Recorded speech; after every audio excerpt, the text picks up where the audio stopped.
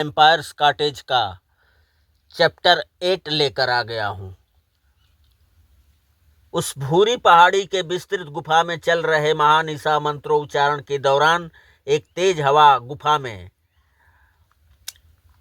जलती मसालों को बुझा गई थी और उस विस्तृत गुफा में धूप अंधेरा हो चला था। तांत्रिक जगदा और मोहित मीनू अंकिता के बीच रखा महानिशा तंत्र का वह सरसों तेल का दीपक जल रहा था। तभी विस्तृत गुफा में छाए धूप अंधेरे के बीच एक शैतानी अट्टहास सुनाई दिया।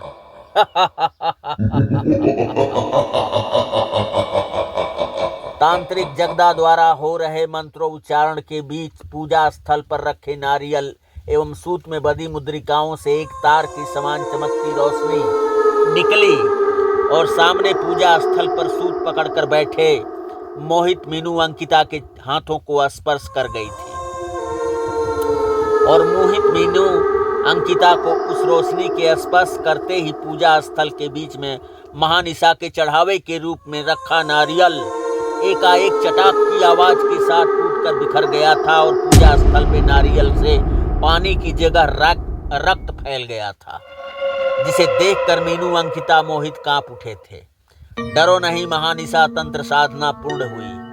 अब ये मुद्रिकाएं भी सिद्ध कवच मंत्र से परिपूर्ण हैं। अब इन्हें तीनों अपने दाएं हाथ की अनामिका अंगुली में जल्द पहन लो, ताकि वो कमजात शैतान आत्मा चाह कर भी तुम्हारा कुछ नहीं बिगाड़ पाएगी। तांत्रिक जगदा दहाड़ उठा था। और फिर क्या था, अंकिता मीनू मोहित वो सिद्ध मुद्रिकाएं अपने दाएं हाथ के अनामिका अंगुली में पहनकर तांत्रिक जगदा के पैरों में साष्टांग दंडवत किए थे। तीनों के सर पे हाथ फेरते हुए तांत्रिक जगदा बाबा बोला, कल्याण मस्तु।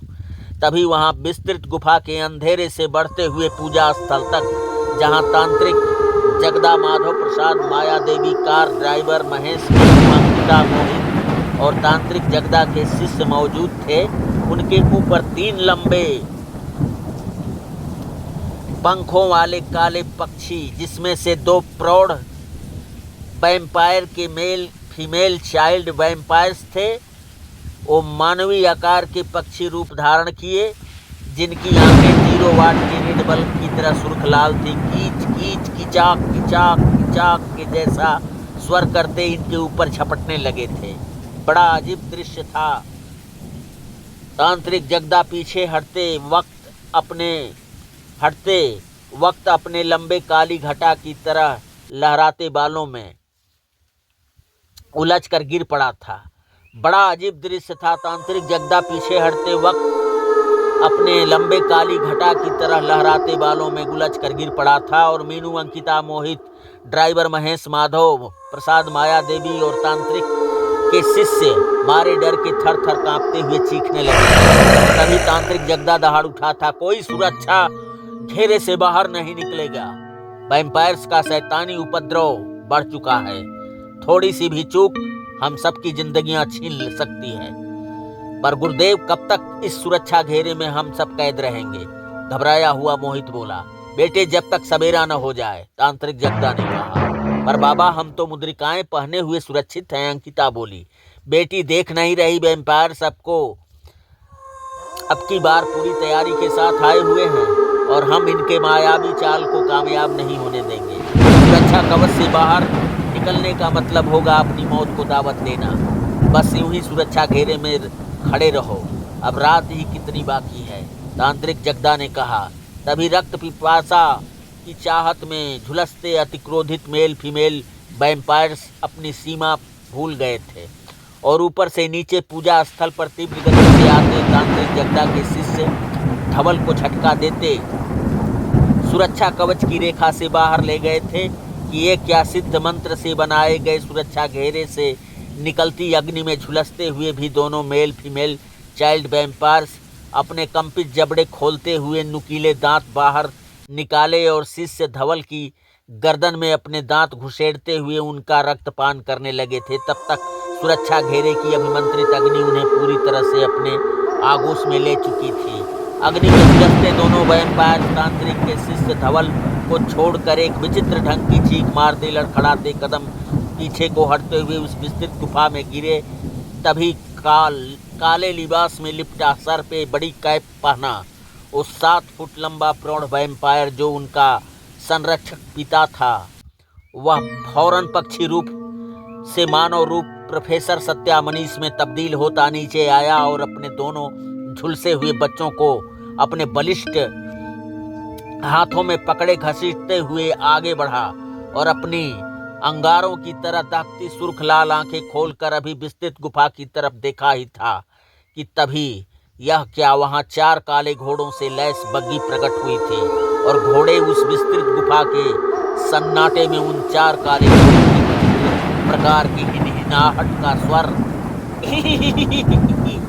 करते सुनाई दिए थे।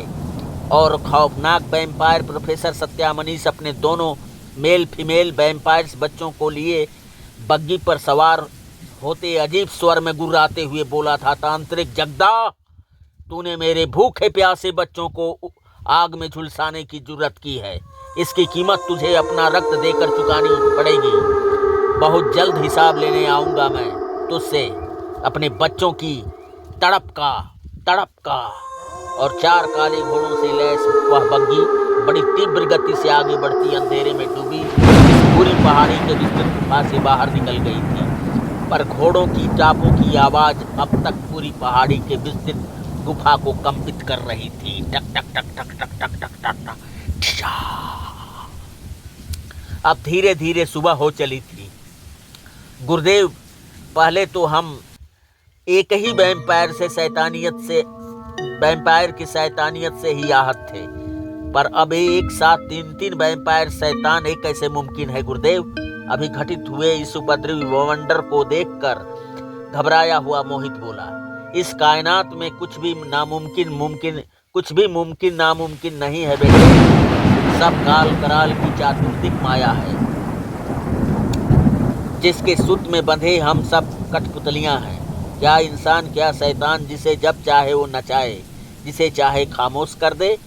घनी दाढ़ी मूछ के भीतर से मुस्कुराते हुए तांत्रिक जगदा बाबा बोला था, अच्छा गुरुदेव, रात्रि में मेरी समझ में ये नहीं आया कि आप मीनू मोहित के साथ अंकिता को भी सिद्ध सुरक्षा कवच मुद्रिकाएं क्यों पहनाए थे? माया देवी ने कहा, वो इसलिए कि उस हादसे वाले दिन की सुबह जब मोहित अपनी बाइक से मीनू को लेकर घर लौटा था, तो अंकिता भी मीनू के लापता होने की खबर सुनकर आपके घर आई हुई थी और बातचीत में संध्या हो गई थी और मोहित अंकिता को छोड़ने उसके घर गया था और वैम्पायर शैतान की पहुंच मोहित के चलते अंकिता के रूम तक हो गई थी। अब सब मुझी से पूछोगी माई कि बच्चे भी कुछ बताएंगे आपको? मुस्कुराते हुए तांत्रिक जगदा बोला, मोहित बेटे, ये बात क्यों तुमने हमसे छुपाई? माया देवी बोली, अब वैसे हालात में जबकि मीनू जी खुद परेशान डरी सहमी हुई थी, उन्हें ये सब बातें सुनाकर उन्हें और डराना लाजमी तो नहीं था न मामी जी?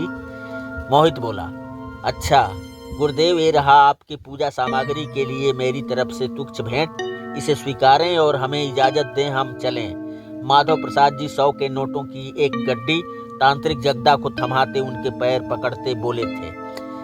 1 मिनट, तांत्रिक जगदा माधव प्रसाद जी से बोला और आगे बढ़कर पास खड़ी मीनू के कंधे को पकड़ते हुए तांत्रिक जगदा मुस्कुराते हुए बोला, अब कैसा महसूस कर रही हो बिटिया यहाँ आने के बाद से, और इससे पहले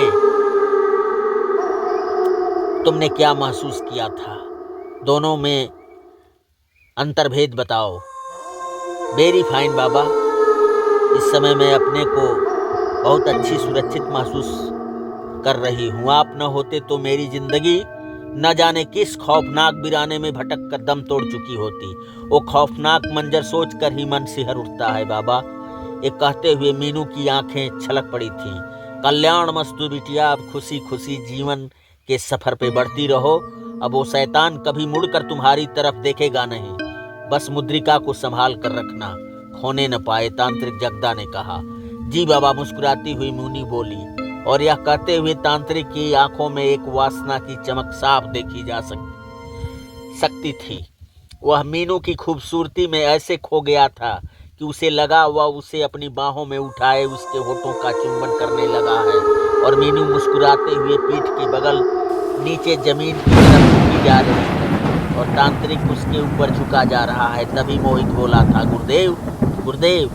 पर जगदा बाबा तो मीनू के मन के नगर में समाया आनंद की अनुभूतियों का एहसास कर रहा था। तभी मोहित की आवाज़ सुनकर हड़बड़ाया हुआ सा तांत्रिक जगदा बोला, हैं गुरुदेव, आप कहाँ खो गए थे? हमें इजाज़त दें। मोहित ने कहा, कुछ नहीं बेटे, कल्याण मस्तु, आप सब चलो, मेरी तरफ से इजाज़त है। घबराया हुआ सा तांत्रिक जगदा एक ही सांस में सब बोल गया था और मोहित, मीनू, अंकिता, माधव प्रसाद, माया देवी कार ड्राइवर महेश भूरी पहाड़ी के उस विस्तृत गुफा से निकल पड़े थे और तांत्रिक जगदा आंखों में वासना की चमक लिए विस्तृत गुफा में शैतान की तरह खड़ा अपने परिजनों के साथ आगे बढ़ती मीनू के बल खाती कमर को मन ही मन निरखे जा रहा था। कहते हैं वासना की सनक इंसान की पराक्रम दोनों का पतन कर देती है और चेहरे पर जो स्वर्ण स्वाभिमान की आभा दिखती है वह कुछ ही वक्त के बाद कोयले की तरह स्याह कालिक रंग में तब्दील हो जाती है। शायद यही अवस्था इस समय तांत्रिक जगदा की थी। उसके कानों में बार बार मोहित के शब्द गुंजित हो रहे थे, गुरुदेव आप कहाँ खो गए थे? और उसे लगा था जैसे उसकी चोरी कोई पकड़ लिया हो। अब मोहित, मीनू, अंकिता, माधव प्रसाद, माया देवी ड्राइवर महेश भूरी पहाड़ी के उस विस्तृत गुफा से बाहर खड़ी अपनी एम्बेसडर कार के पास आ गए थे। सभी कार की डोर खोले, कार में बैठे और नर्मदा किनारे स्थित उस भूरी पहाड़ी की विस्तृत गुफा से रतलाम शहर के लिए निकल पड़े थे। रास्ते में सभी रात के लिए बनी पूरी भाजी जो खाने के लिए लाए थे वो कार में ही रखी गई थी और रात में पूजा पाठ में समय ही नहीं मिला था कि कुछ खाएं पिएं। उसे अब नाश्ते में लेते हुए सभी हंसते खिलखिलाते आगे बढ़ चले थे। उधर इंस्पेक्टर जोजब तमंचा सिपाही सिंघा महाकालेश्वर के महाशमशान में ड्राइवर पारस डॉक्टर मिराल का अंतिम संस्कार करके उनकी अस्थियां नदी में प्रवाहित करके मृत ड्राइवर पारस की पत्नी सरोज को वहीं उसके घर उज्जैनी में छोड़कर अपनी पुलिस वैन से सिहार पुलिस स्टेशन के लिए निकल चुके थे। उधर शाम ढलते ढलते मोहित, मीनू, अंकिता, माधव प्रसाद, माया देवी को ड्राइवर महेश उनके घर छोड़कर एम्बेसडर कार लिए अपने मालिक के घर की तरफ निकल पड़ा था। अब धीरे धीरे अंधेरा बढ़ने लगा था। अब हम चलें? अंकिता बोली। अरे बिटिया, इतनी जल्दी क्या है?